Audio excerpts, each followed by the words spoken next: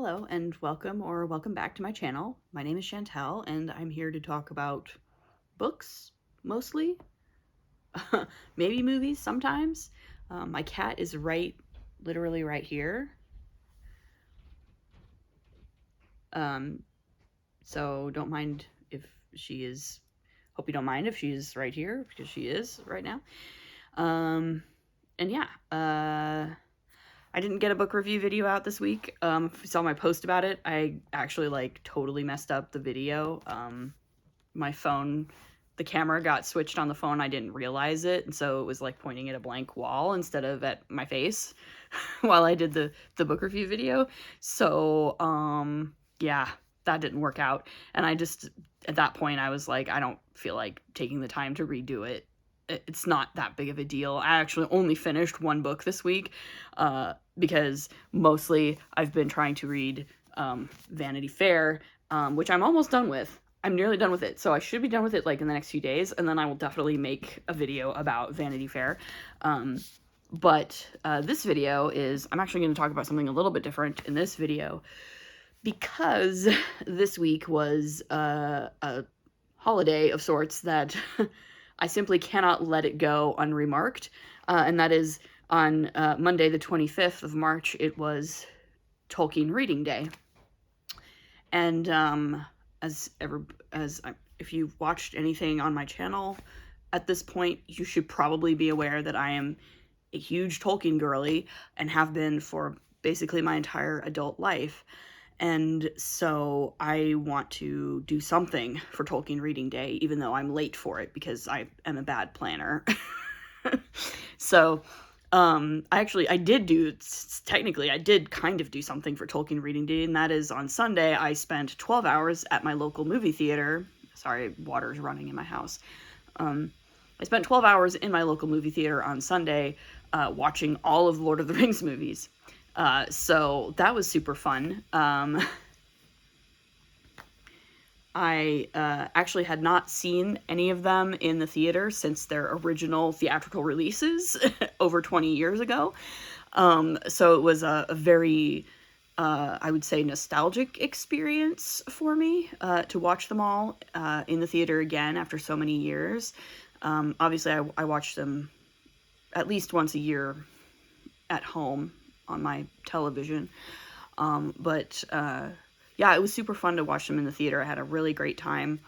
My eyes were very tired by the end of it, though, because, sitting in a dark room, staring at a bright screen for 12 hours is a lot to handle, especially when you spend a lot of that time crying, because the movies make me cry.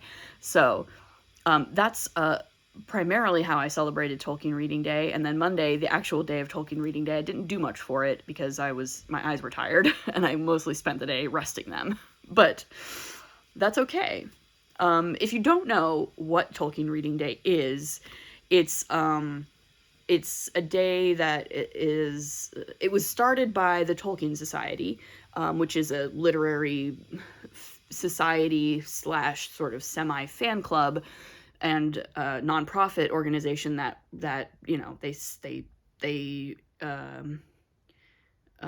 work to spread the word about Tolkien and Tolkien's writing to everybody. And it's a super great organization. They have meetings and they do Tolkien Reading Day, and they publish scholarship, Tolkien scholarship, and anybody can join, and it's a super fun organization. And they started Tolkien Reading Day, and they decided to do it on March 25th because, if you are unaware, March 25th is the date on which the ring was destroyed, and the date on which Sauron was defeated for the final time, and it then becomes the Gondorian New Year. So happy Gondorian New Year, everybody, because that's March 25th is Gondorian New Year. So that's why they designated March 25th as Tolkien Reading Day.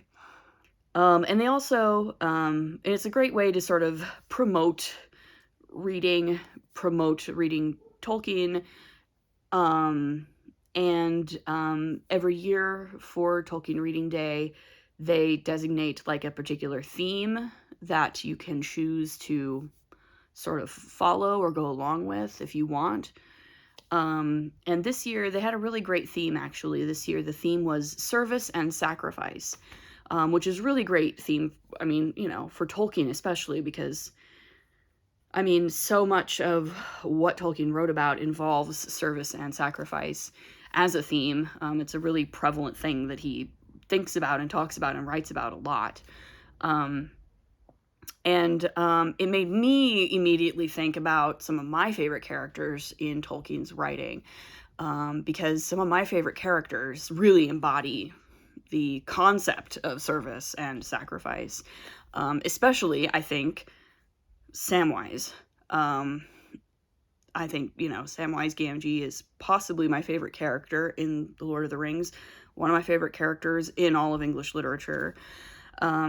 And I don't think anybody really embodies the qualities of service and sacrifice more than Samwise. I think he's an amazing character. And it immediately brings to mind a couple of passages that I would like to share with you. So that's what I'm going to do, is share some of these passages, if I can find them again. So there's a couple of passages here that you know, when I think about service and sacrifice, these passages almost immediately come to mind. So this is from The Return of the King, the chapter that's towards the end. So I guess if you don't want spoilers, I would not say these are, I mean, I don't think it's possible to really spoil The Lord of the Rings, honestly. But anyway, so this is from the chapter Mount Doom in Return of the King. Sam tried to guess the distances and to decide what way they ought to take. It looks every step of 50 miles, he muttered gloomily, staring at the threatening mountain. And that'll take a week if it takes a day with Mr. Frodo as he is. He shook his head, and as he worked things out, slowly a new dark thought grew in his mind. Never for long had hope died in his staunch heart, and always until now he had taken some thought for their return. But the bitter truth came home to him at last. At best, their provision would take them to their goal, and when the task was done, there they would come to an end, alone, houseless, foodless, in the midst of a terrible desert. There could be no return. So that was the job I felt I had to do when I started, thought Sam. To help Mr. Frodo to the last step and then die with him? Well, if that is the job, then I must do it. But I would dearly like to see Bywater again, and Rosie Cotton and her brothers, and the Gaffer and Marigold and all. I can't think somehow that Gandalf would have sent Mr. Frodo on this errand if there hadn't have been any hope of his ever coming back at all. Things all went wrong when he went down in Moria. I wish he hadn't. He would have done something. But even as hope died in Sam, or seemed to die, it was turned to a new strength. Sam's plain hobbit face grew stern, almost grim, as the will hardened in him, and he felt through all his limbs a thrill, as if he was turning into some creature of stone and steel that neither despair nor weariness nor endless barren miles could subdue.